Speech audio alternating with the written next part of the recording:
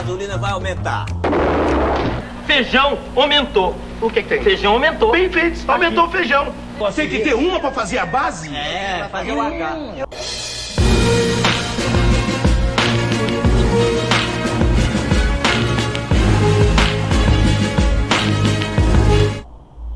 Fala galera, beleza? Muita gente com dúvida em relação a alguns conceitos simples de economia.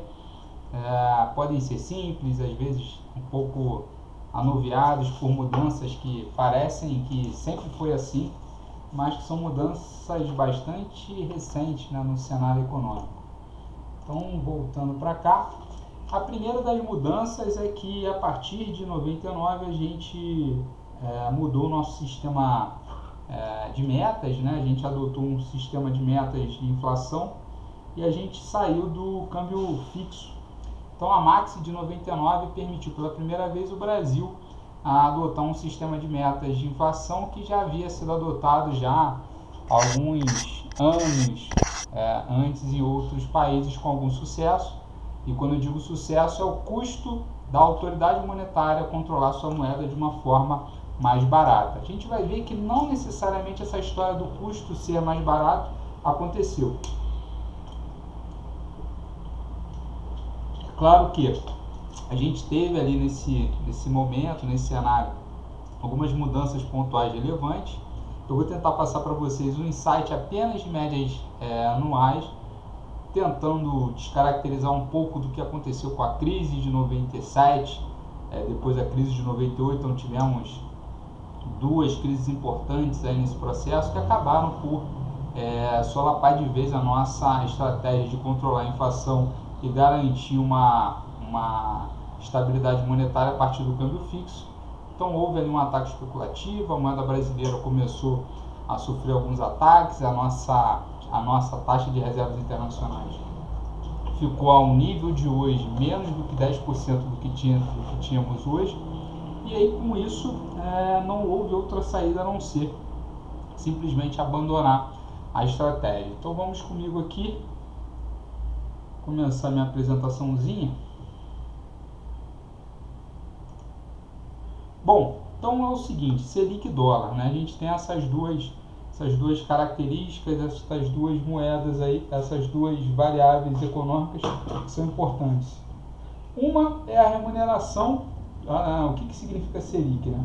Selic é o Sistema Especial de Liquidação e Custódia, antigamente conhecido como overnight, mas é um sistema computadorizado, bastante relevante, que calcularia as médias do DI, né? Média do DI, para quem não sabe, é a média dos empréstimos interbancários no Brasil. Então, deixa eu só colocar o monitor 1 aqui. Pronto. Então, para quem não sabe como é que funcionava, né? Deixa eu usar para melhor aparência aqui. Então, a Selic ela calculava ali a média dos empréstimos interbancários no período. Então, não haveria a menor possibilidade. Vou até sair desse modo de apresentação aqui e vou configurar apresentações, exibida por um orador, tela cheia. Vamos ver se eu consigo alterar a minha captura de tela para captura de janela.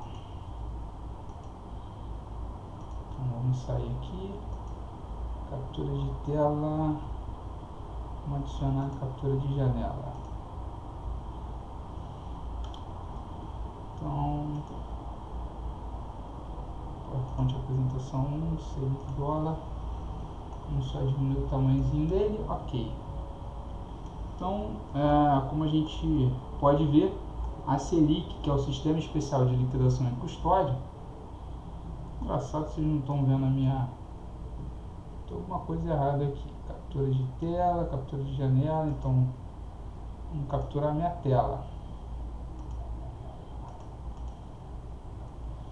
Vamos jogar aqui para cima. Pronto, agora sim. Então, um sistema especial de liquidação e custódia que calcula a média do CDI ou empréstimos diários interbancários. Então, o que acontece? Quando um banco A, banco 1 e um banco 2 eles podem fazer as operações diárias dele. Caso o banco 1 fique deficitário nessas operações, ele precisa fechar o dia, ele precisa pegar dinheiro do banco 2 para poder fechar essas operações. E ele precisa fechar depois essa posição numa data futura. A taxa que remunera esse descasamento bancário é a ADI. Então, diariamente, os bancos, toda vez que dormem com operação aberta ou fechada, recebem o pago DI. Isso quer dizer que quanto maior for o DI, maior é o custo de você dormir com uma posição em aberto, ou seja, você tem um excesso de liquidez. Então, não à toa, o canal muito bem estruturado da Selic sobre a inflação é através do crédito. Então, através do crédito, ela consegue contaminar a inflação, porque a gente sabe que quanto menor o crédito, menor o consumo futuro, então você esteriliza o canal de demanda. No entanto, quando eu digo esterilizar o canal de demanda, é que a gente vai jogar a demanda para baixo, e quanto menor a demanda, a tendência é que você tenha uma menor inflação. No entanto, existe um outro canal, que é o canal cambial. A gente vive numa economia de mercados monetários, mercados de investimento aberto. Então, você tem o banco 1 e o banco 2, e você tem estrangeiros, ou residentes fora do país, residentes do resto do mundo, então vamos botar aqui resto do mundo, que pode aproveitar esse excesso de liquidez fazendo como? Como que ele entra nesse mercado? Para ele acessar a taxa DI, ele precisa vender dólar e comprar real. E para ele realizar, ele precisa vender real e comprar dólar. Então, toda vez que ele quer acessar esse DI porque ele está mais elevado, ele tem que trazer seus dólares e trocar por real. E toda vez que ele acha que o DI está baixo, ele realiza reais e troca por dólar. Como é uma taxa diária, o risco dessa operação é praticamente zero. Então, a gente diz que, por exemplo, o canal de transmissão da Selic é aquele canal onde o investidor estrangeiro ou nacional ele não quer ter nenhum tipo de risco. Então, ele deixa lá o seu dinheiro. Ao menor sinal de inflexibilidade, de inflexão nas políticas, existe a saída ou retirada. Isso aí gera um custo, porque por mais que a Selic ela remunere essa estrutura, o Banco Central e o Tesouro eles precisam garantir a liquidez dessas operações. Então, caso ele precise colocar uma meta do CDI acima, ou seja, uma meta maior do que ele tinha, ele simplesmente vai ter que retirar a liquidez dessa economia. Como que ele retira? Ele retira através do oferecimento de uma taxa mais elevada. Então, caso o Banco 1 e o caso o Banco 2 sejam superavitários,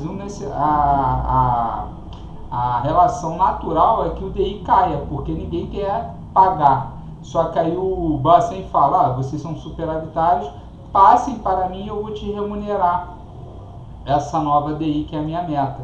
Então o Bacen ele vai atuar nessas operações, nesses leilões de crédito, toda vez que os bancos em si não conseguem arbitrar uma DI que ele definiu como meta, que agora está em 6%.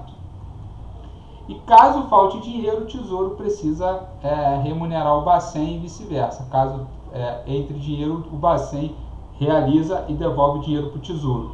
Então, uma operação que o governo em si é um grande trader, é um grande acionista, é um grande player dessa operação. Não à toa a gente sempre tem uma contaminação muito grande toda vez que sai algum grande cargo, tanto do Bacen quanto do Tesouro, rapidamente eles são absorvidos pelo mercado financeiro.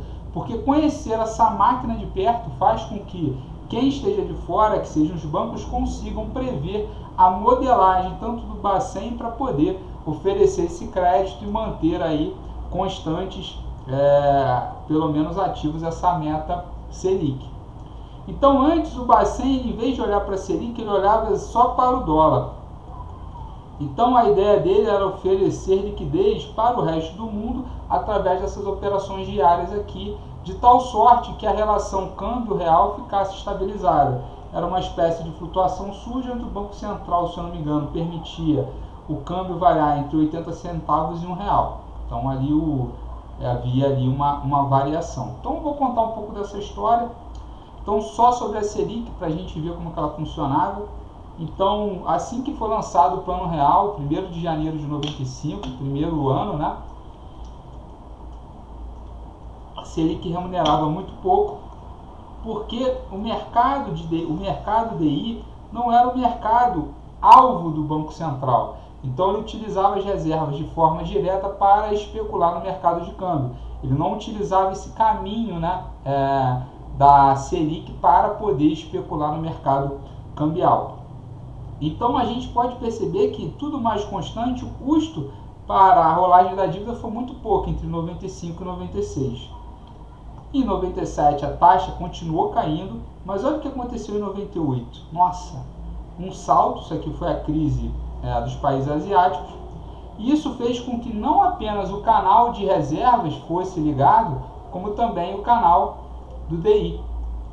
Então os dois estavam ativos para controlar o câmbio, e esse canal aqui ele é muito custoso para controlar o câmbio. É mais fácil você queimar reservas internacionais ou fazer operações de swap que não queimam reservas, mas remuneram a diferença entre a DI e a taxa de valorização do dólar.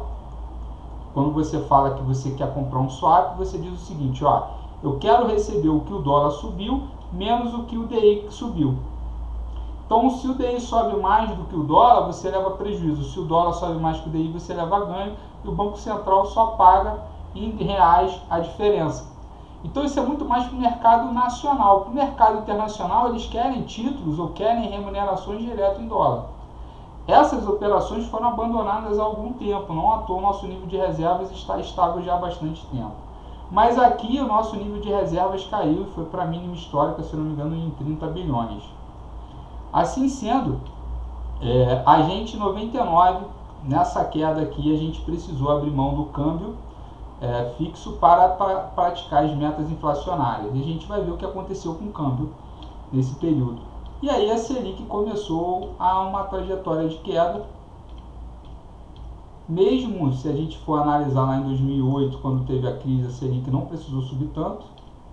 Inclusive no impeachment da Dilma, por exemplo, onde houve um grande aumento, que foi em 2015 e 2016, esses aumentos não foram nem perto do que aconteceu ali no período ali da maxi desvalorização monetária, né? Então a gente teve rápidas quedas e agora em 2021 temos experimentado um aumento. Isso aqui eu calculei a média de 2021, hoje a gente está mais ou menos aqui em 6%, um salto bastante relevante, né? E quando a gente analisa a relação do dólar, já digo de cara que tem uma correlação negativa, né? Quanto maior a Selic, menor o dólar, numa razão de 0,7. Isso quer dizer que linearmente existe uma relação indireta, inversamente proporcional entre a Selic e o dólar. E aí em 95 o dólar chegou a valer menos em média do que R$1. Em 96 foi exatamente R$1. Em 97 um pouco mais do que R$1, chegou a ter alguns momentos que ele foi um pouco de R$1,05, R$1,10. Em 98 mais pressão e as reservas só caindo. E em 99 houve a Max. E esse salto aqui, ó, fez com que a gente tivesse abandonado então a nossa PEG, né? Que é o que a gente chama de padrão, que seria a relação de câmbio fixo, né? Então abandonamos a PEG 99, até então não houve um ataque especulativo tão forte, mas na eleição do Lula o dólar bateu quase 3. Então tivemos aí um avanço grande aí da escalada do dólar. No entanto, a partir de 2003, as médias do dólar começaram a se desvalorizar, o Brasil se manteve aí mesmo estável, mesmo durante uma crise de 2008, se manteve com uma certa estabilidade na relação dólar-real. Isso foi crescendo, essa queda aqui a gente pode indicar que também tem uma relação do próprio pré-sal. Então o pré-sal foi anunciado em 2010, 2011, né? Então temos ali, ó, que a gente começa a mostrar que o Brasil aqui está crescendo. Só que a instabilidade política, né, e problemas macroeconômicos, inversão dos termos de troca, né, a nossa pauta de exportação valendo menos em relação à importação, começou a gerar uma pressão cambial que é crescente. Ó. Essa pressão cambial é crescente até 2015. Em 2016, começa uma trajetória de queda, mas a um novo patamar, né, de R$3 por dólar, né? Até então era mais ou menos 12 o patamar médio. E aí em 2018 a gente começa a ter mais um avanço do dólar e sem muita explicação, né? Do ponto de vista de crises. Então assim, não dá para dizer que o governo Bolsonaro, que aqui, sofreu com alguma crise endógena nesse período. O dólar simplesmente avançou no período eleitoral, avançou dentro do seu mandato mais uma vez. Em 2020 a maior desvalorização do dólar já percebida, né? A maior desvalorização do ponto de vista nominal, né? Em 2021, mais uma vez o dólar avançando e chegou a bater um patamar de 6. Hoje ele está valendo 5,71. Então, para que a gente consiga controlar a inflação, é preciso que esse canal de dólar aqui arrefeça. Então, eu prevejo aqui mais ou menos que o dólar seja marretado mais ou menos nesse nível, o que na verdade faz um pouco de sentido caso a gente não pense que a economia brasileira foi para o vinagre. Então, pessoal, é isso. Espero que vocês tenham gostado aí dessa breve explicação da relação Selic-dólar, né? A gente está falando de um mercado, apenas de uns instrumentos de pressão cambial. É um instrumento poderoso que tem uma forte correlação, mas obviamente há outros instrumentos, como os títulos públicos de maior maturidade, né? Ou seja, títulos públicos um pouco mais longos, que em certa medida pressionam quem aposta na economia nacional a manter aquelas reservas monetárias ali no país por um determinado período, caso não queira sair com ágio ou deságio. Então é um momento de ficar atentos, né, porque eu acho aí que pode ter uma mudança nesse mercado. É isso, um abraço.